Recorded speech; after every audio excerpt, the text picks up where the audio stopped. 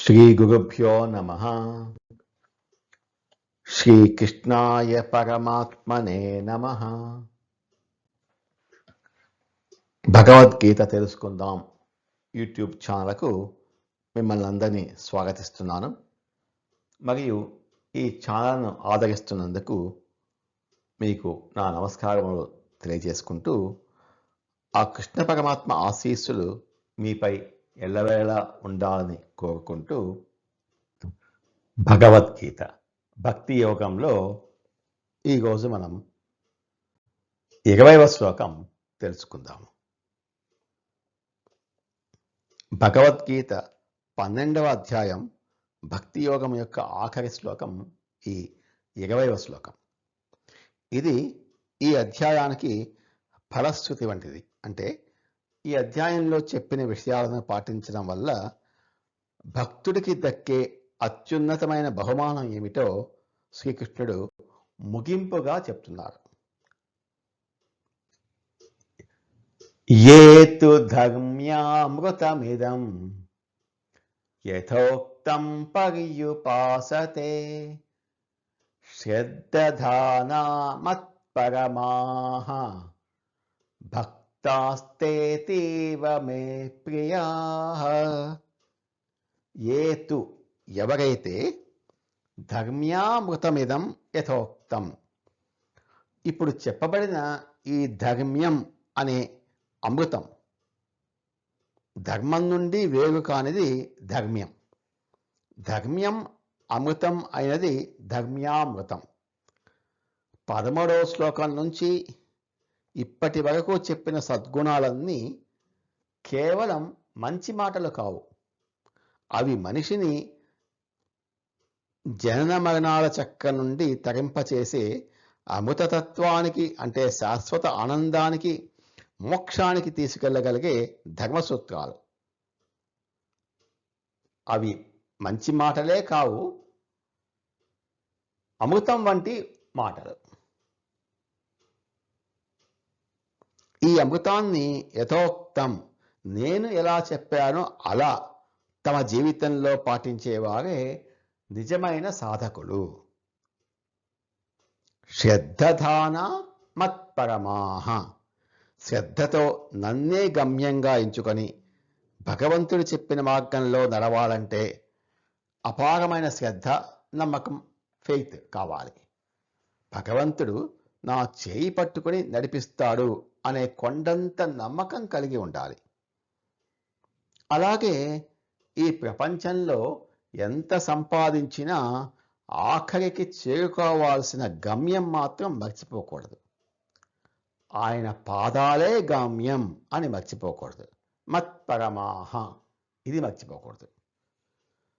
పర్యుపాసతే, నిష్కామ భక్తితో నన్ను ఎవరైతే ఉపాసిస్తారో, భక్తః తే అతీవ మే ప్రియాః, వారు నాకు అత్యంత ప్రియమైన వారు.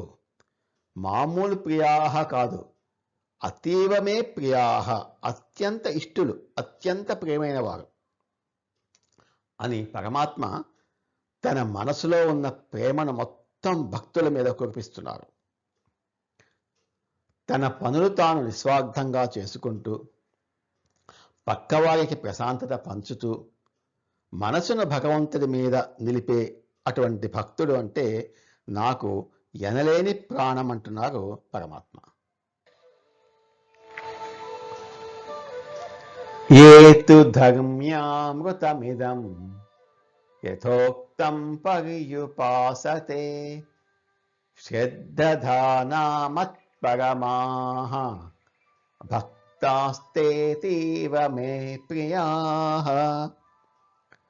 నేను పైన వివరించిన ఈ ధర్మబద్ధమైన అమృతాన్ని, జీవన విధానాన్ని ఎవరైతే పూర్తి శ్రద్ధతో, నమ్మకంతో ఆచరిస్తారో, నన్నే తమ అంతిమ గమ్యంగా, పరమగతిగా భావించి ఉపాసిస్తారో, అటువంటి భక్తులు నాకు అత్యంత ప్రియమైన వారు అంటున్నారు శ్రీకృష్ణ పరమాత్మ. ఈ అధ్యాయంలో మనం నేర్చుకున్నది నిరాకారాన్ని ధ్యానించడం కంటే సాకారమైన భగవంతుడిని ప్రేమతో పూజించటమే సులభతరము. ఇదే అనన్య భక్తి. మనసును దేవుని మీద నిలపలేకపోతే, అంటే అనన్య భక్తి లేకపోతే, అనన్య భక్తిని సాధించలేకపోతే అభ్యాసం చేయాలి.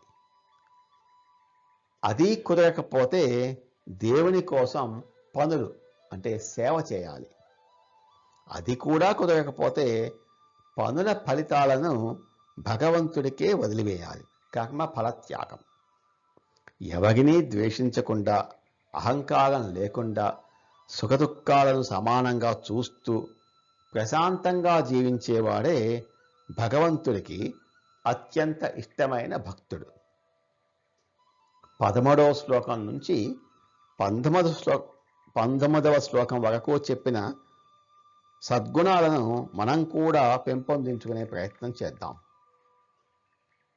మనం ఒకళ్ళను ఇష్టపడటం కంటే మనలను వేరొకళ్ళు ఇష్టపడటం గొప్ప విషయం. మనం భగవంతుడిని ప్రేమించడం కంటే భగవంతుడి చేత మనం ప్రేమించబడటం చాలా గొప్ప విషయం. ఈ సద్గుణాలను మనం పెంపొందించుకొని భగవంతుని చేత ప్రేమించబడేంత గొప్ప భక్తులముగా ఆయన మన చేయి పట్టుకొని మోక్షానికి తీసుకుని పోయి వదిలేటట్లుగా మనందరం సాధన చేద్దాం. ఇంతటితో భక్తి యోగము సమాప్తమైనది. రేపటి నుంచి 13వ అధ్యాయం క్షేత్రజ్ఞ విభాగ యోగం మొదలు పెట్టుకుందాం. పుష్పిక. ఓం తస్సదితి శ్రీమద్భగవద్గీతాసు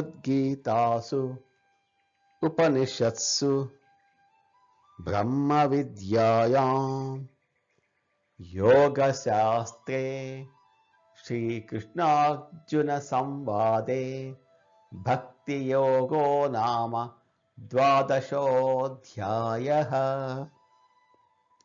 ఇది శ్రీమద్భగవద్గీత ఉపనిషత్తుల సారం. ఇది బ్రహ్మ విద్య అయినటువంటి పరమాత్మ జ్ఞానం గురించి చెప్తుంది. కర్మ, భక్తి, జ్ఞాన యోగాలను బోధించే యోగ శాస్త్రం. ఇది శ్రీకృష్ణుడు మరియు అర్జునుడు మధ్య జరిగిన సంభాషణ. శ్రీకృష్ణుడు అర్జునుడికి చేసిన దివ్య సందేశం. భక్తి యోగం అనే 12వ అధ్యాయం. నమో భగవతే వాసుదేవాయ. ఏతత్ ఫలం శ్రీకృష్ణార్పణమస్తు. స్వస్తి. ఈ వీడియోని చూసినందుకు మీకు ధన్యవాదాలు. మరిన్ని వీడియోల కోసం భగవద్గీత తెలుసుకుందాం ఛానల్ను సబ్స్క్రైబ్ చేసుకోండి.